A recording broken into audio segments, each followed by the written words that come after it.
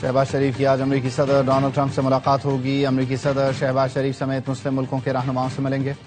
ملاقات میں غزہ میں جنگ بندی کے بعد گورننس اور امن و امان سے متعلق تجاویز پیش کی جائیں گی۔ امریکی میڈیا نے دعویٰ کیا امریکہ چاہتا ہے مسلم ملک غزہ میں فوج بھیجنے پر آمادہ ہوں تاکہ اسرائیل انخلا کر سکے۔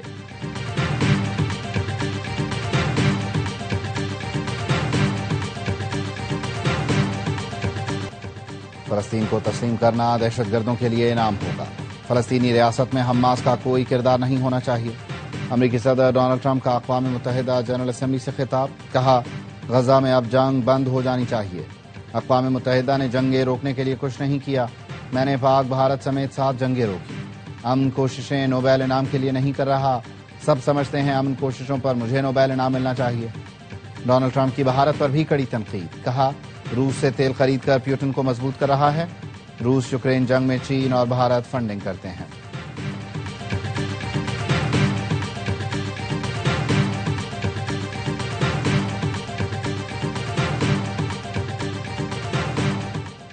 وزیراعظم شہباز شریف کا سعودی عرب کے قومی دن پر عربی میں پیغام، کہا سعودی فرمانروا ولی عہد اور سعودی عوام کو دلی مبارکباد پیش کرتا ہوں۔ سعودی عرب سے برادرانہ تعلقات قائم و دائم رہیں گے۔ حالیہ دورے کے دوران مہمان نوازی پر شکر گزار ہوں۔ مئی میں بھارت سے کشیدگی کے دوران سعودی اظہار یکجہتی کو ہمیشہ یاد رکھا جائے گا۔ مغرب نے اسرائیل بنانے کی غلطی تسلیم کر لی۔ برطانیہ کے بعد فرانس نے بھی فلسطین کو تسلیم کر لیا۔ سعودی عرب اور فرانس کی سربراہی میں اقوام متحدہ میں کانفرنس۔ مزید 7 یورپی ملکوں نے فلسطین کو تسلیم کرنے کا اعلان کیا۔ برطانیہ سمیت کئی ملکوں نے فلسطین کو تسلیم کرنے کا اعلان دہرایا۔ اجلاس میں پرجوش تالیاں بجائی گئیں، ایک دوسرے سے گلے ملے۔ سعودی وزیر خارجہ نے ہتھوڑی مار کر فلسطین کو تسلیم کرنے کے اعلانات کا خیر مقدم کیا۔ فلسطین کو ریاست تسلیم کرنے والے ملکوں کی تعداد 150 ہو گئی۔ فرانس کے صدر میکرون نے اعلان کو حماس کی شکست قرار دیا، کہا ہم مزید انتظار نہیں کر سکتے، وقت آ گیا ہے کہ غزہ جنگ مکمل طور پر ختم کی جائے۔ سعودی وزیر خارجہ نے کہا خطے میں پائیدار امن کے لیے 2 ریاستی حل واحد راستہ ہے۔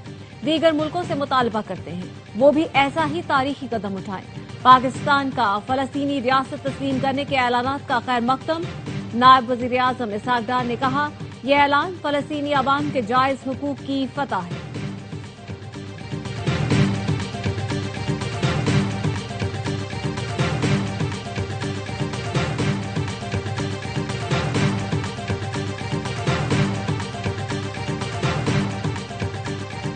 فلسطین چلانے میں حماس کا کوئی کردار نہیں ہوگا۔ فلسطینی اتھارٹی کے سربراہ محمود عباس کا حماس سے ہتھیار ڈالنے کا مطالبہ۔ 2 ریاستی حل کانفرنس سے ویڈیو لنک خطاب میں کہا حماس کو فلسطینی اتھارٹی کے سامنے ہتھیار ڈالنا ہوں گے۔ حماس نے امریکی صدر ڈونلڈ ٹرمپ کو خط لکھ کر غزہ میں 60 دن کی جنگ بندی کی ضمانت مانگ لی۔ فاکس نیوز کا کہنا ہے خط حماس کے مذاکرات کاروں نے قطر کے حوالے کیا۔ حماس نے آدھے یرغمالیوں کی رہائی کی پیشکش کرتے ہوئے کہا ہے وقتی نہیں بااعتماد امن کی ضمانت چاہیے۔ غزہ پر تازہ حملوں میں بچوں اور خواتین سمیت 37 فلسطینی شہید۔ مغربی علاقے میں شاطی پناہ گزین کیمپ پر شدید گولہ باری۔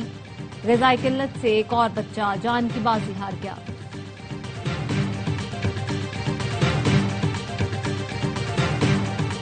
وزیر اعظم شہباز شریف کی جنرل اسمبلی آمد، وفد کے ساتھ اجلاس میں شریک ہوئے۔ وزیر اعظم جمعے کو جنرل اسمبلی سے خطاب کریں گے۔ شہباز شریف کی آج امریکی صدر ڈونلڈ ٹرمپ سے ملاقات ہوگی۔ امریکی صدر مسلم ملکوں کے رہنماؤں سے ملیں گے جن میں ترک صدر، اماراتی، سعودی، قطری، مصری اور انڈونیشین قیادت شامل ہے۔ ملاقات میں غزہ میں جنگ بندی کے بعد گورننس اور امن و امان سے متعلق تجاویز پیش کی جائیں گی۔ امریکی میڈیا نے دعویٰ کیا امریکہ چاہتا ہے مسلم ملک غزہ میں فوج بھیجنے پر آمادہ ہوں تاکہ اسرائیل انخلا کر سکے۔ فرانس کے صدر کو نیو یارک پولیس نے روک لیا۔ فلسطین کو بطور ریاست تسلیم کرنے کے بعد غیر متوقع صورتحال کا سامنا کرنا پڑا۔ سفارت خانے جاتے ہوئے گاڑیوں کو راستے میں روکا گیا۔ میکرون نے پولیس سے پوچھا تو بتایا گیا امریکی صدر ٹرمپ کا قافلہ گزرنا ہے، اس وجہ سے سڑک بند ہے۔ میکرون نے اسی وقت فون پر ٹرمپ کو دلچسپ صورتحال سے آگاہ کیا، کہا میں سڑک پر کھڑا ہوں، سب کچھ آپ کے لیے بند ہے۔ فرانسیسی صدر نے پیدل سفر کیا، لوگوں نے ان کے ساتھ سیلفیاں بنائیں۔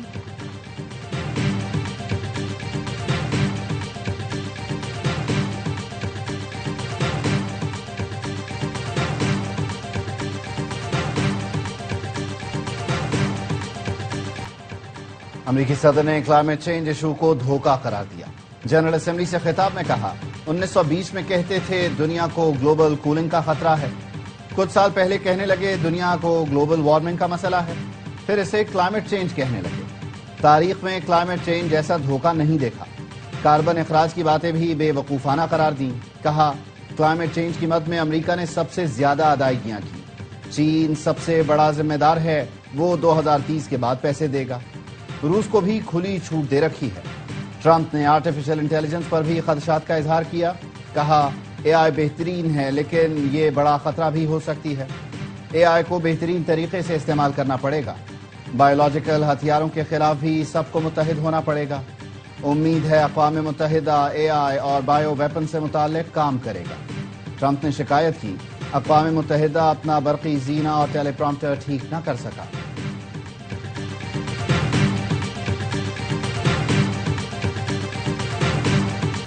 مئی کو جی ایچ یو حملہ کیس میں استغاثہ کے 8 گواہان کے بیانات قلم بند. گواہان نے رپورٹس عدالت میں پیش کی. بیانات ریکارڈ کرواتے وقت بانی P T I WhatsApp link پر موجود تھے. آئندہ سماعت پر استغاثہ کے مزید گواہان اے ٹی سی راولپنڈی طلب. وکلا کی درخواست پر عدالت نے بانی پی ٹی آئی سے بات بھی کرائی. وکیل سلمان اکرم راجہ کہتے ہیں ویڈیو لنک کمزور ہونے کے باعث بانی پی ٹی آئی سے بات نہیں ہو سکی. سماعت 27 ستمبر تک ملتوی.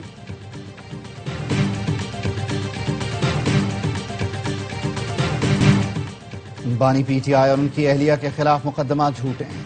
ہمارے خلاف جعلی پرچے اور ایف آئی آر کاٹی گئیں. امید ہے عدلیہ سے انصاف ملے گا. وزیر اعلیٰ خیبر پختونخوا علی امین گنڈاپور کہتے ہیں 27 ستمبر کو بانی پی ٹی آئی کے حکم پر جلسہ ہے. بھرپور عوامی طاقت کا مظاہرہ کریں گے. کسی بھی ملک سے بات چیت کرنے کا اختیار وفاقی حکومت کا ہے. بات چیت سے ہی مسائل حل ہوں گے, تجارت کھلے گی, امن قائم ہوگا.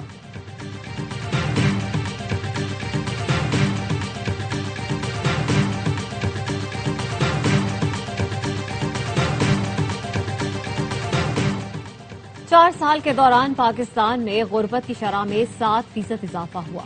شرح غربت 25% سے بڑھ گئی. عالمی بینک نے پاکستان میں غربت سے متعلق رپورٹ جاری کر دی جس کے مطابق پاکستان میں 2015 سے 2018 تک غربت کی شرح میں سالانہ 1% کمی ہوئی. 2020 کے بعد غربت کی شرح میں اضافہ ہوا. 2011 سے 2021 کے دوران لوگوں کی آمدنی میں 2 سے 3% اضافہ ہوا.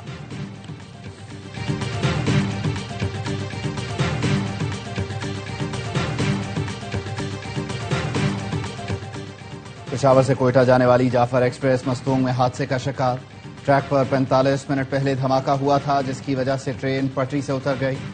مسافروں کو لینے کوئٹہ سے ریلیف ٹرین جائے حادثہ کی طرف بھیج دی گئی. وزیر ریلوے نے جعفر ایکسپریس حادثے کی تحقیقات کا حکم دے دیا. 24 گھنٹے میں رپورٹ طلب. راولپنڈی میں نجی اسپتال کے باہر سے 7 سالہ بچے اغوا. اغواکار نے بچی کے دادا کو باتوں میں لگا کر میڈیکل سٹور بھیجا. دادا میڈیکل سٹور گیا تو ماسک پہنا ملزم بچی کو اغوا کر کے فرار ہو گیا. بچی والدہ کے علاج کے لیے دادا کے ہمراہ آئی تھی. سی پی او راولپنڈی کا نوٹس, بچی کی بازیابی کے لیے اقدامات کی ہدایت.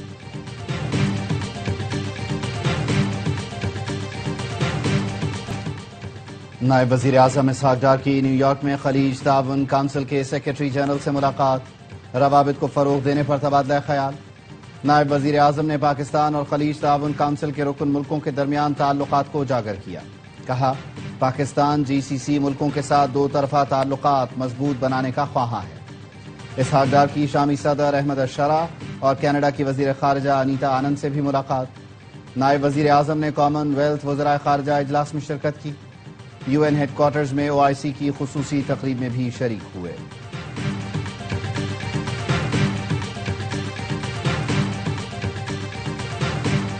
دن پر جناح کنونشن سینٹر اسلام آباد میں تقریب. سینیٹر فیصل واڈا کی سعودی سفیر نواف بن سعید المالکی سے ملاقات. سعودی عرب کے قومی دن کی مبارکباد دی. فیصل واڈا نے کہا دونوں برادر ملکوں کے درمیان تعلقات اسلامی رشتے سے بندھے ہیں. فیصل واڈا نے پاکستان اور سعودی عرب کے درمیان دفاعی معاہدے کو تاریخی قرار دے دیا.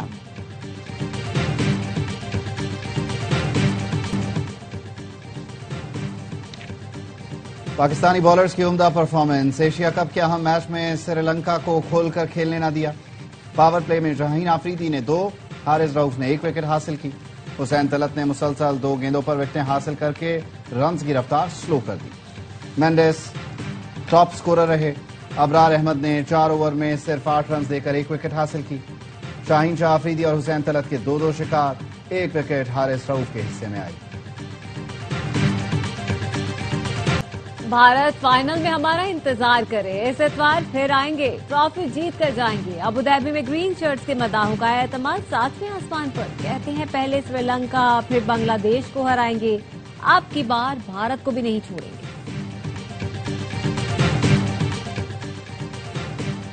کمانڈر بحرین نیشنل گارڈز کا ایئر ہیڈ کوارٹرز کا دورہ، general Sheikh Mohammed bin Isa کی air chief marshal Zaheer Ahmed Babar Sidhu سے ملاقات، مشترکہ تربیتی اقدامات اور ہوا بازی کی صنعت میں تعاون پر بات چیت۔ ایئر چیف مارشل نے کہا پاک فضائیہ کی آپریشنل صلاحیتوں اور ملٹی ڈومین وارفیئر برتری کو مزید مستحکم کیا جائے گا۔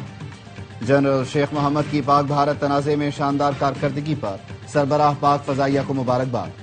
بحرینی کمانڈر نے تربیتی تعاون بڑھانے اور فضائی مشقوں کے انعقاد پر زور دیا۔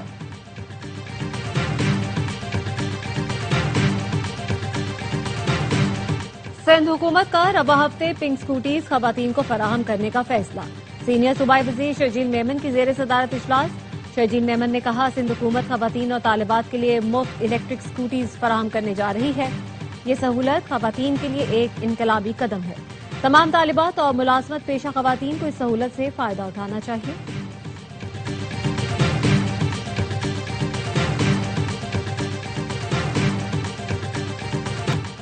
میئر کراچی مرتضی وہاب کہتے ہیں کہ اے ایم سی میں اپوزیشن لیڈر سیف الدین اور ان کی جماعت کی موجودگی میں بجٹ منظور کروایا گیا، اب safe Uddin M you C T کے خلاف عدالت چلے گئے۔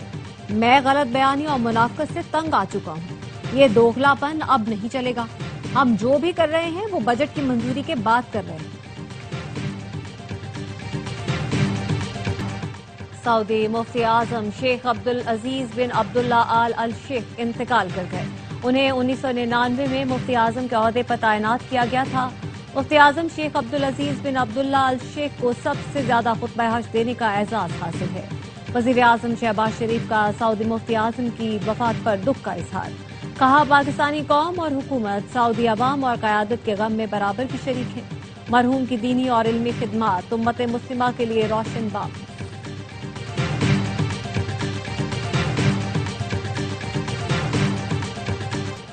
پشتون کلچر ڈے آج روایتی جوش و خروش سے منایا گیا۔ کوئٹہ میں روایتی پکوان، آلات موسیقی اور زمانہ قدیم میں استعمال ہونے والی اشیاء کے اسٹال سجائے گئے۔ روایتی پگڑیاں اور لباس پہن کر اپنی ثقافت سے محبت کا اظہار کیا گیا۔ تقریب میں شریک افراد روایتی پشتو اطعار سے خوب لطف اندوز ہوئے۔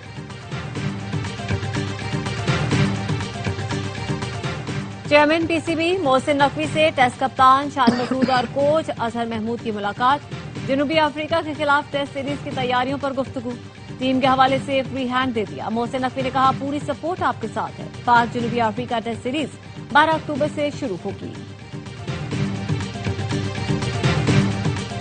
معروف کرکٹ امپائر ڈکی برڈ 92 سال کی عمر میں انتقال کر گئے۔ برطانیہ سے تعلق رکھنے والے ڈکی برڈ کیریئر کے دوران کرکٹرز اور عوام میں مقبول تھے، 66 ٹیسٹ اور 76 ون ڈے میں امپائرنگ کے فرائض انجام دیے، 3 ورلڈ کپ فائنل میں بھی سپرویژن کی۔